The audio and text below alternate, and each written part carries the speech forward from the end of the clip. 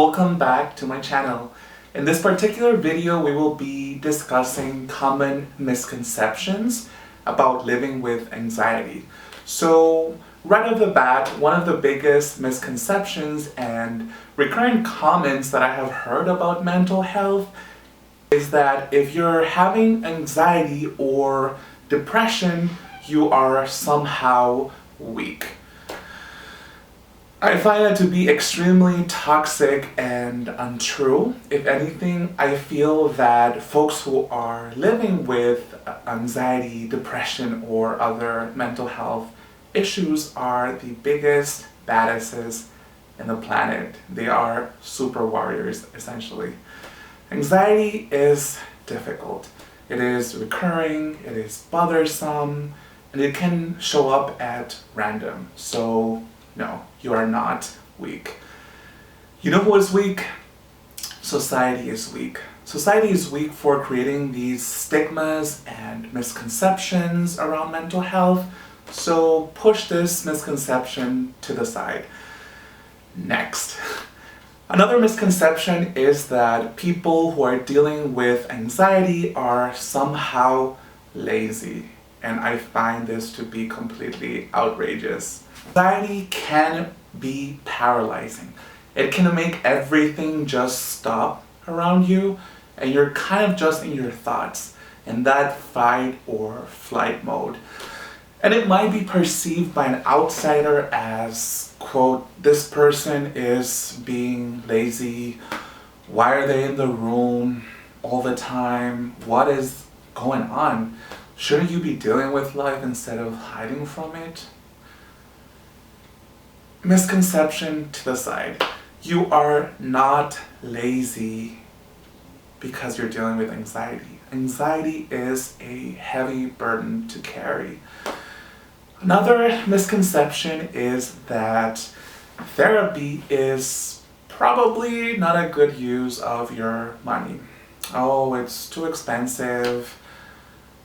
You don't want to deal with the insurance. I mean, I completely understand the hurdles of dealing with insurance, but there are definitely a lot of websites that can guide you through that process, or you can always call your insurance provider to get a little bit of advice around this. So, as far as therapy not being a good investment, I will strongly disagree on that one. In fact, a lot of the knowledge that I am sharing with you today comes from my therapy sessions.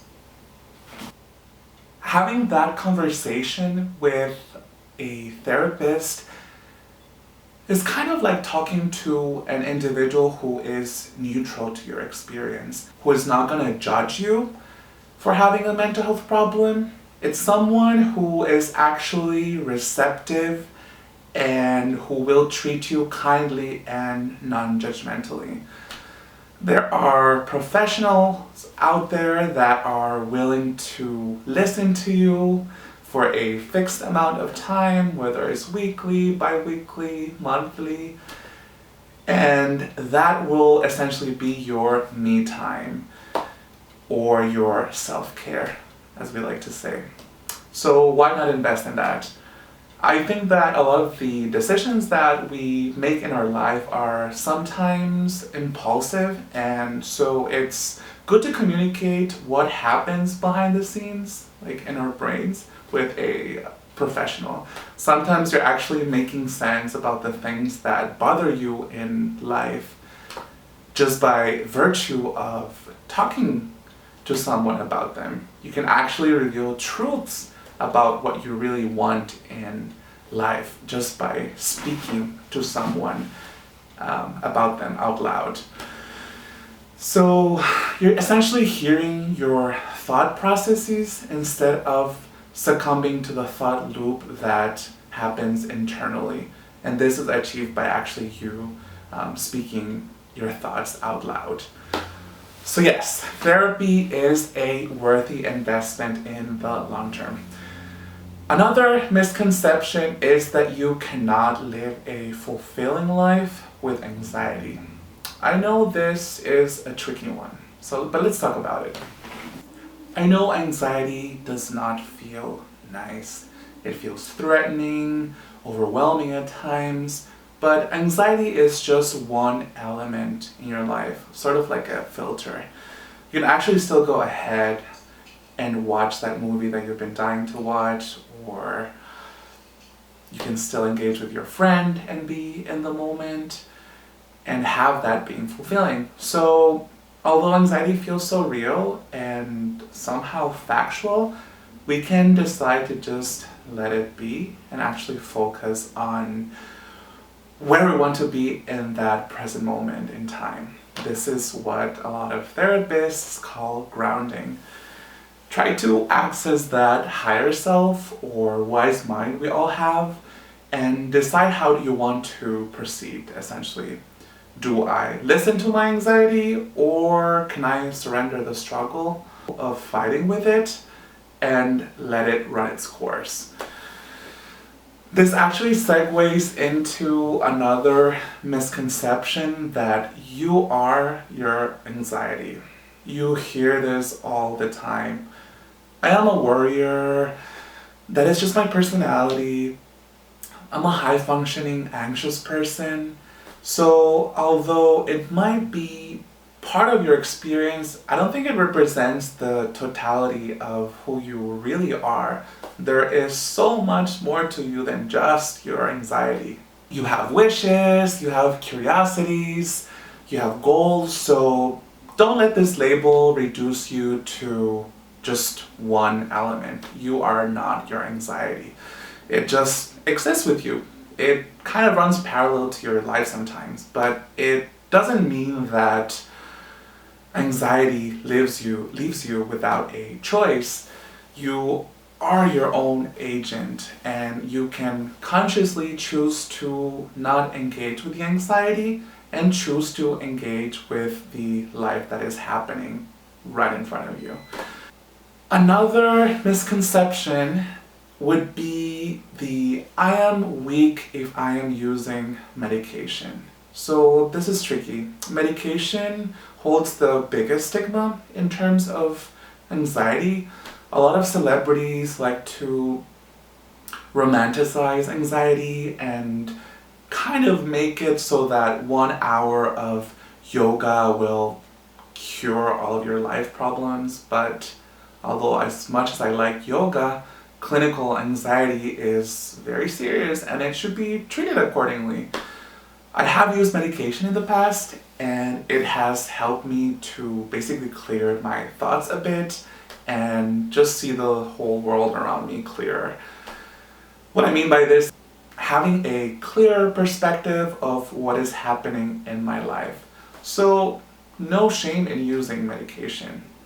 If it's medically proven to help treat anxiety, why not?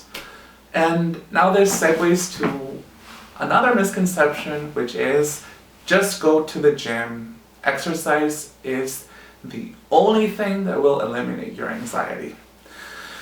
So exercise can help, absolutely, 100%. Daily exercise releases those endorphins that we hear about, keeping yourself kind of in the moment, although I do have to say that treadmills can get a bit repetitive and boring, but exercise is helpful. However, sometimes anxiety speaks louder and might not cut it for some individuals. So why not explore other options? Why limit ourselves to this one worldview that exercise has to be the cure for everything, essentially? Let's be a little bit more flexible and explore other options around it. I want to end this video with, I guess, one of the biggest misconceptions around anxiety, and that is that your mind is your enemy and you need to master it. A lot of pop psychology throws this out there. For instance, 10 tips on how to control your mind. Trying to control your thoughts or anxiety actually just reinforces these. It's kind of like a paradoxical effect, if you think about it this way. And anxiety is not that important or factual. It can be just a false alarm, even though in the moment it feels otherwise. That being said, you do have a choice whether to engage with anxiety or not to. So don't let this mind control messaging scare you. We actually have a lot of control and agency, but it is a little bit different than how we have been taught. Pretty awesome, huh? So this concludes this video. I hope you guys enjoyed this content. Don't forget to subscribe, give this video a thumbs up, and leave me a comment below. Thank you. Stay safe. Bye-bye.